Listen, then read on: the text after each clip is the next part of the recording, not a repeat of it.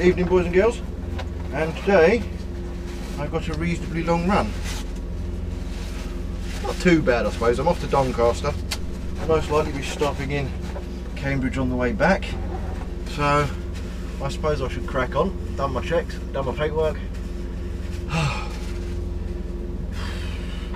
Off to Doncaster. You know, the thing that annoys me is I started at 1400, same as a number of other drivers. We all got our units at the same time. Fair enough. They went within 10 minutes. Shows you how many checks they bother doing. You can't do that. You can't do it successfully. It can't be done. It cannot be done. Anyway, I suppose I should get going.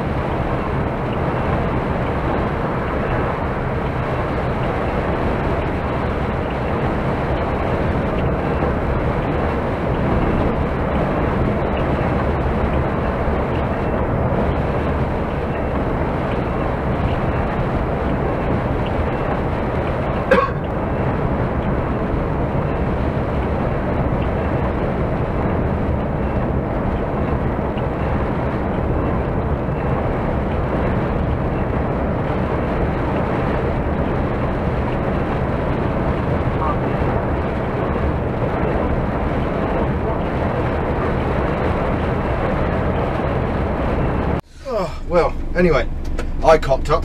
I haven't downloaded my cards, so I had to stop and change me cards for the SD card. I don't know how much battery that's got left, but anyway, I'm in Doncaster. Got to do delivery. Not allowed to sit in the cab, so I'm going to have to forego having a bit of a convo with you lot. Give them the paperwork, see how long it takes. God knows what I'm down for next. Brilliant.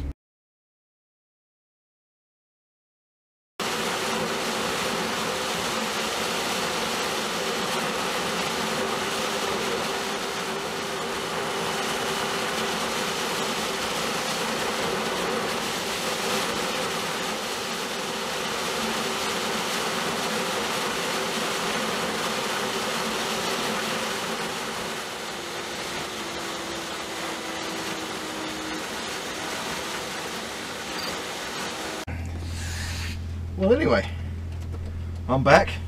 That was a short bleeding day. Doncaster and back. I didn't get held up, didn't have to stop. Obviously I had my brake, but silly bollocks over here. Took a couple of phone calls and that was kind of my break done. So I wasn't able to do anything with camera. Now, this is an example. You can probably see the door, I'm guessing. This is an example of a dropped hinge door.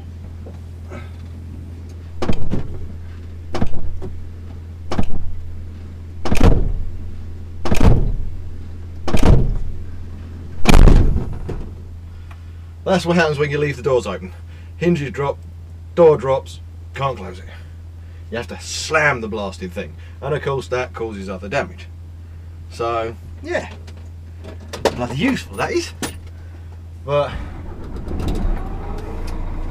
oh, I've done, well, I did 3 hours 20 getting up there, and I've had to divert on the way back, so I had to go via the M11 on the way back. I used the A1, and 3 hours 18 at the moment, and I've gone to the depot, dropped the trailer, and I've come to our other place, our yard, for diesel storage, and obviously where I start and finish.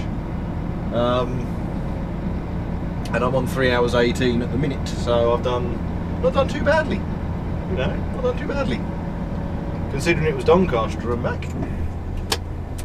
So, very good. But I'm just going to wash this, get all the bugs off, clean the windshield. The bastard who left it for me hadn't done it. It was fucking filthy in it.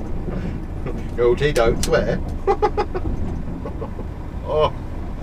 But yeah, when I'm tired I start to forget. When I've had a bit of a long week or it's the end of the day, I start to forget that I try to not swear for my channel. And I actually swear like a trooper. Anyway, I'm going to clean this. Back in a minute. Oh, there we go. That's that cleaned. A lot better than it bloody was when I got it. Although, to be fair, I'm not blaming the other driver, because he was on 15 hours when he stopped, so. But can't have a go at me now. It's clean.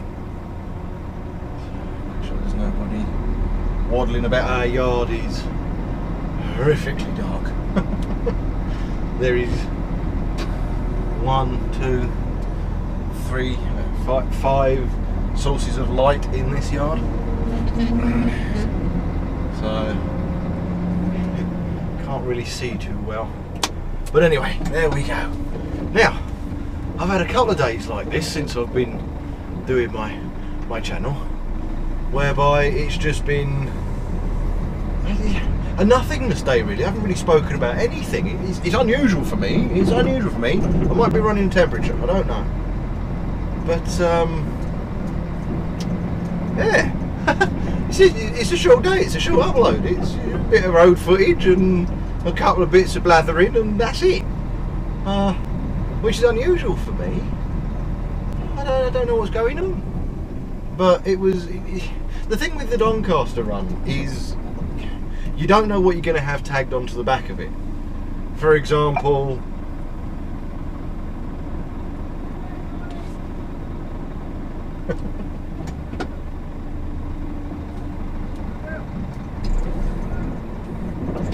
for example, you could have a collection in Cambridge tagged onto it on the way back. You could be asked to run across to, well, we got Milton Keynes, I suppose, that's on the way back. What's the other one that we do? I'm trying to think now, there's another one. Completely forgotten. But you never know. So what you need to kind of do is pretty much just go as quickly as you can, you know, try to get it done. And the problem with doing that, oh bollocks, I hate scanning. I genuinely hate the way they're laid out. You can't put anything anywhere. My little camera box, I had it up there, and these beds, they're as smooth as anything. And everything just slides off there. Absolutely everything. Oh, well, you're supposed to put it in the storage, Bill. Yeah, if you live in the bloody thing, I understand. You put it in the storage.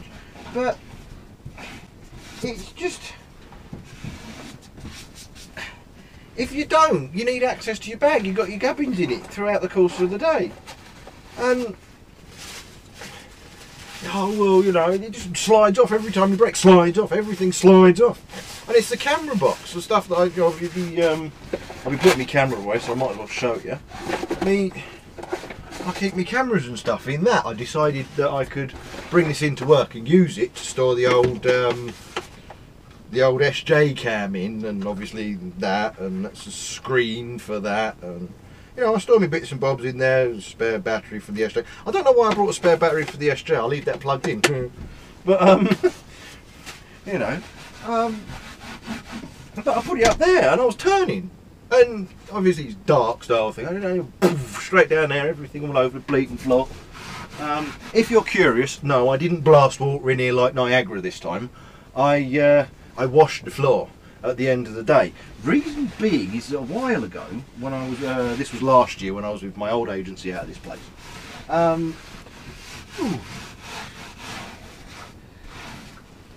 I got reported, right, for leaving footprints on the floor. Think about that for a second. And so what I do now is I get the mop that you kind of, you know, do all the splosh on the outside, don't you? I get the mop, I scrub the outside of this, me white gloves, look, don't do the old outside of this, and don't know what the hell that was, and then once I've done that, because there's not a huge amount of the road film remover stuff left on it, I open the door and I give it a once over on the floor. It cleans the floor that way, you see. And then I leave it nice for the next person, in the vain hope that it will be left nice for me.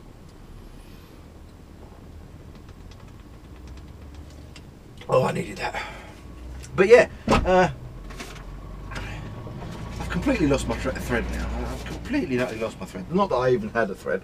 But there could be, that's the one. There could be something tagged onto the back end of the Doncaster, so you kind of get up there as quick as you can, 3 hours 20, nice, and you unload, you do what you can, you find out where you're going, and it was just, right, well, you're not down for anything else, so just return to base, see what you can do. So the thing is, there's a couple of places on the way back that we do collect from, but it's a Sunday, so I don't really know about the collections on a Sunday. So it is a bit unusual that we would waddle all the way back from Doncaster without picking anything up, because I've just transported air quite a distance. Crap, I've completely forgotten how many litres I put in the tank. I've got to write that down. I'm going to go with half a tank. It was just above half a tank. It's got a little tank on that side, big tank on that side, and I've just turned my ow. Oh, I hate that. Ooh, yeah, big tank on that side, little tank on that side, half a tank, so 100 and... I'll go with 150. That sounds about right, doesn't it? You know what, I'll do 150. There we go. That sounds about right. Yeah. Didn't have to refuel the fridge because I did that before I left, and I've left that at the depot because our site is split. You see, we got the depot where we deliver everything to, and then we got where we start, which is the storage yard and various other bits and bobs. But yeah, I've basically transported a lot of air all the way back, and I got back to the yard, detoured down the M11 because the A1 shut St Knots. I just couldn't be asked to follow all the other traffic. It adds a couple of minutes, but to be fair, saying it adds a couple of minutes, okay? Oh well, you know, you should just go straight down the A1. Right, I went straight up the A1M. Right, okay, around the M25, up the A1M. And I got, like I said, 3 hours 20. Okay? By the time I got to Doncaster, or the location in Doncaster. I have come back, I have detoured, gone down the, obviously the A1, onto the 14, onto the M11, through all the roadworks and all that bollocks. Gone all the way down, round the M25, off at junction 26, carried on all the way round to where I've got to go. I've dropped my trailer at the depot, driven around the depot, parked up, gone upstairs, had a chat, been told to go home because they've got too many drivers, they don't need me, I've had a couple of long days, 14 and a quarter hours yesterday because I was training and they sent us on a long one, and I might as well go home. I've come all the way back to this place, I've dieselled up, driven around the yard, washed it as you've seen, driven out the yard, parked up, 3 hours 21. So, you know, saying it's the longer route, little from column A, little from column B, but yeah, I got all the way back, like I said, and go home. Started at 1400, I'll be finished by midnight. 10-hour day. That's the glory. Driving on a Sunday. Doncaster, back, absolutely everything, started the shift, done all the whistles and bells, done the delivery, the whole skiboodles, 10 hours. 10 hours. Do that during a weekday. Not a bloody chance. But it was actually a nice drive. I like days like this.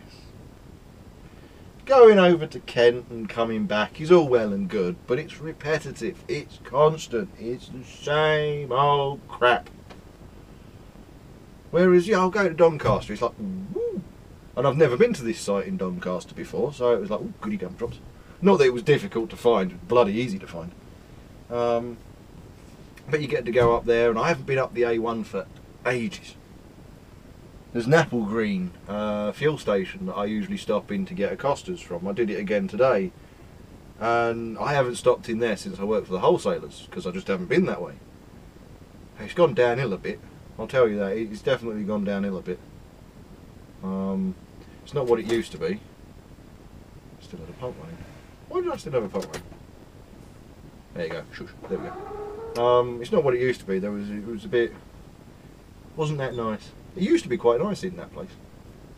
It's a tiny little fuel station, shack style thing up by a roundabout. I've forgotten exactly where it is. Apologies. It's where I put my. I stopped in and I realised that I hadn't downloaded my cards. Now, fortunately, I had a spare 32 gig, so I could put it in the forward facing, so that there was some forward facing, and it was that fuel station. So obviously, by now I've edited in the fuel station that I was leaving, so you know where I'm talking about. But I always, when I worked for the wholesalers and I was going that way, if I was going up to Wellingborough or whatever the hell I was doing, I always used to stop in there for a sneaky Costas and carry on. It was always quite nice. You know, it was small, it was compact, but it was always quite nice. I walked in there today and it stank, it was horrible. And the Costa machine, whatever the hell you could want to call it, a vending machine or whatever the hell it is, you know, put the cup in there and you press your gubbins. That stank as well, that was horrible. Hadn't been cleaned for a while. So the coffee was a bit manky. I don't know, it's gone downhill. I don't like it when stuff like that happens. But went past Red Lion truck stop. Bar and grill. Never see anything stopped in there anymore. I don't know whether it went out of business, I don't know whether it's still running. Like I said, I haven't been up there for donkey's ages. It's a shame if it has. It's a shame when truck stops go out of business, because why? All truckers complain that there isn't enough places, and then the truck stops start going out of business because nobody's using them. It's, what the hell's going on there? But I very rarely see trucks parked in there, so maybe as I don't know. You'll probably know better than me, because I'm not from up north. No, I'm from down south. But yeah, I suppose I should do my paperwork and go home. Call it a day. I've tried to do a bit of conversation for you, but it is the end of my day. I am all over the place as usual, because I've just driven to Doncaster and back, and I've got one more day. Tomorrow is my last day, so I've got 2 days off. Yay. The person I had with me yesterday is pestering me to come back in and go back out again. Oh, Thursday. He wants to do Thursday. Okay, fair enough. The thing is, he wants to do a refresher course. Pay God knows how much it is, 500 or something quid refresher course. And I just looked at him and I said, you can come in to this place. Okay, you're not getting paid because you're coming in basically doing my run. But you're driving for a day. You know, you're actually doing the damn job, and I'll help you get onto bays and all this kind of stuff. And the one thing that I do, and I've never really seen an instructor do it, I'm not saying that they don't, they may very well do, but I've never seen it. But the one thing I do is, we practice some reversing in this yard, and he lined himself up to do a relatively tight 90-degree reverse because he wanted to crack. Fair enough. And he was going to go around a trailer, go back past that trailer, because we have trailers facing that way and then trailers facing that way, bays backing onto each other, and go in between two trailers on the bays facing that way. So he's gone round one trailer and then all the way back in a nice straight line, so that he's done a 90-degree and he's gone straight. Practice reversing straight. And he tried it and didn't reckon you could do it.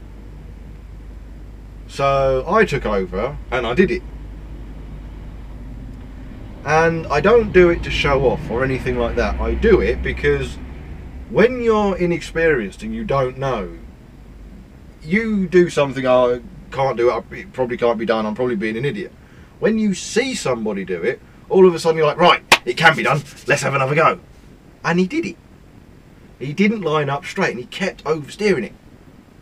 So what I did was I said, look, all you need to do is just get straight. And I realised, because obviously these Scanias are kind of thin units, these horrible bloody things, I realised that he didn't know when he was straight. He thought, and I don't know whether this is a common thought with new drivers, but he thought if you couldn't really see the trailer, you know, sticking out there, you're straight with it. Yeah, so if you couldn't see your trailer in that mirror, as in sticking past the fairing, you're straight with it. Well, no, that's not right.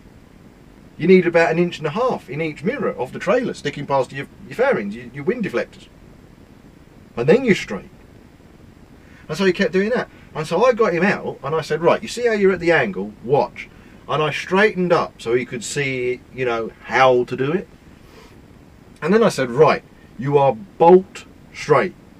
Get in, right, and just go straight back. As far as you can go, just keep it straight. Go straight back. You are bolt straight at the moment. And he went all the way back, and you could see he was a bit disheartened that I'd stopped him and done that. And then I explained the reason I'd done it is because I've got you straight. You've now experienced going straight back, and you've looked in your mirrors, and you've now got the image of what the trailer should look like in each mirror. You see? Because if I left you to work it out for yourself, you'll be there all bloody day because you think it's supposed to be that the trailer is in line perfectly with that. Well, it's not, because you're about that far out in that one, so you're turning all the time. So I line him up and then he gets to see it, so that next time he does it, he knows what to look for, points of reference. But that's the reason I do that. And I've never seen instructors do that. I've seen them blather on and talk about it, you know, I blather on, pot, kettle, hello, but I've seen them talk people through it. I've like, on and on and on and on and on. And I've seen people suffering just not getting it.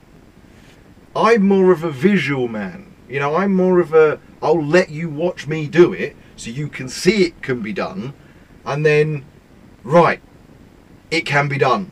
Let's get it done. Yeah? Instead of, right, have a go, and then, well, I don't know whether it can be done. Is it a bit too tight? Do I have to go further? I don't think it can be done. I think I'm straight, but it ain't going straight. I don't know what's going. Once you've seen it, you have points of reference. You have a visual reference in your mind. You know what to look for. Yeah, you can do it. So that's the way I do it. And I just looked at him and I said, all of this, you know, a full day, getting used to it, actually doing the job, actually doing real world reverses instead of saying set up or off-road somewhere, you're doing it for free. Okay, you might not be earning money from it, but you're not paying 500, 600, 700 quid. Yeah? And I'll take you through it. I will make sure you can do it. You know, I'll give you the same kind of instruction and in-depth. I'll show you it. I'll let you visualize it. I'll let you do it. You know? So he wants to come back, and it looks like he's going to come back on Thursday. So there we go. But anyway, I've got to end my day now. I believe I've dragged the talky bit on long enough. Sorry that it's dark and that's not exactly the greatest low light camera, I know. But thanks for watching. Like, subscribe, share about, do whatever it is you usually do. I shall see you in the next one, which will probably be tomorrow. I've got some time to do some editing now. Anyway, catch you later.